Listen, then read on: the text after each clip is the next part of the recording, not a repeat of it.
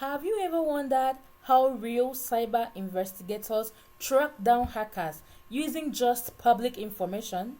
Today, in this beginner challenge, I'm guide you step by step through a realistic OSINT investigation combined with CTF-style flag hunting.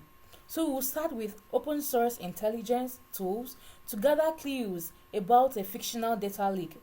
Then we'll use those tools to crack hidden flags. What we'll do is, imagine you are a cybersecurity intern tasked with investigating a data leak from Nebula Tech, which is a fictional tech company. An anonymous hacker posted a teaser online claiming they've breached the system and left clues for anyone smart enough to follow. So, our starting point is this domain, nebulaleak.com. So, we'll use OSINT techniques to uncover the hacker's identity and online footprint, which will lead us to hidden CTF flags representing stolen data.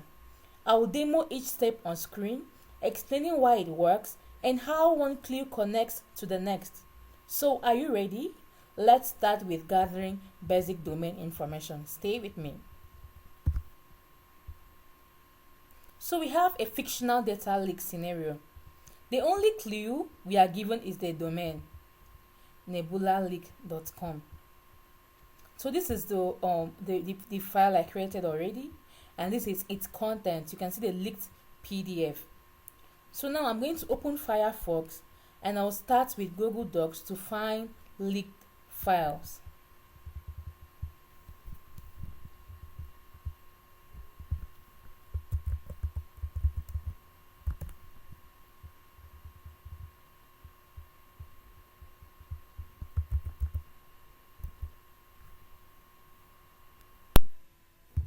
We're going to search the website of the leaked PDF that I mentioned earlier, which the username shadowhacker42 has. So this is the domain name.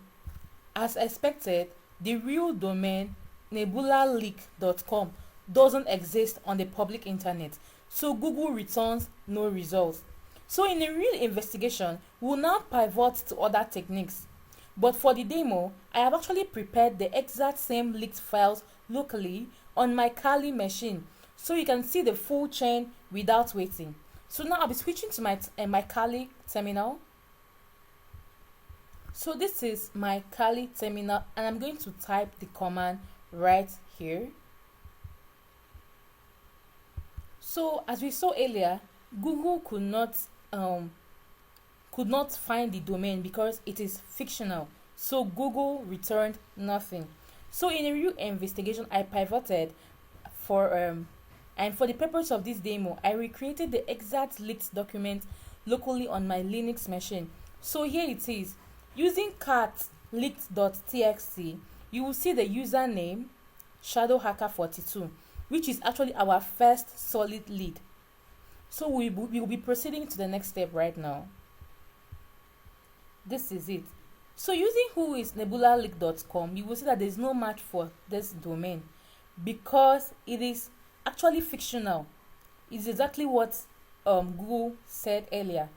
So the real WHOIS nebulaleak.com is saying, I don't know this domain because it doesn't exist on the real internet. But here, when I did cat earlier, you could find the domain because I created it locally on my Linux machine. So the next thing I did was to type this command, and Sherlock has scanned more than 400 websites and found this username on GitHub. So in a real case, we will now visit the profile and look for uploaded files, which will bring us to the next clue. You can see it here on GitHub, shadowhacker42, which is the file I actually created locally, the fake domain.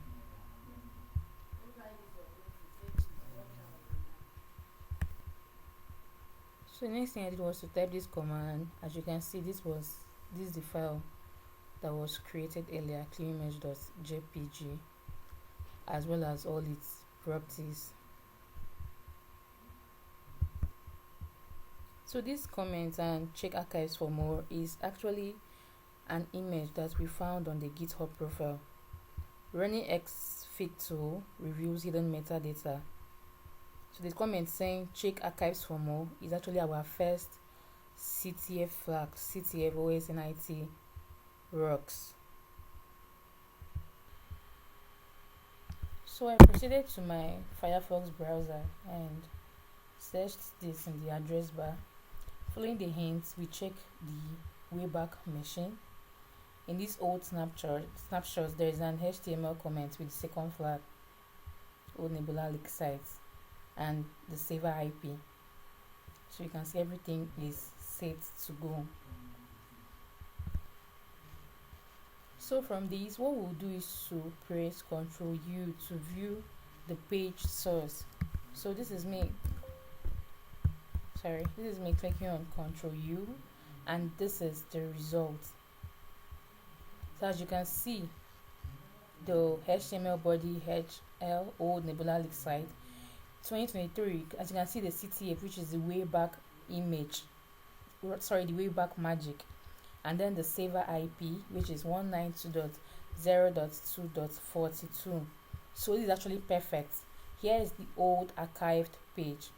So in this source code, we find a hidden HTML comments with the second red flag, CTF Wayback magic, as well as the saver IP. So now we're going to go back to the terminal and do our final process, and we are done with this particular task.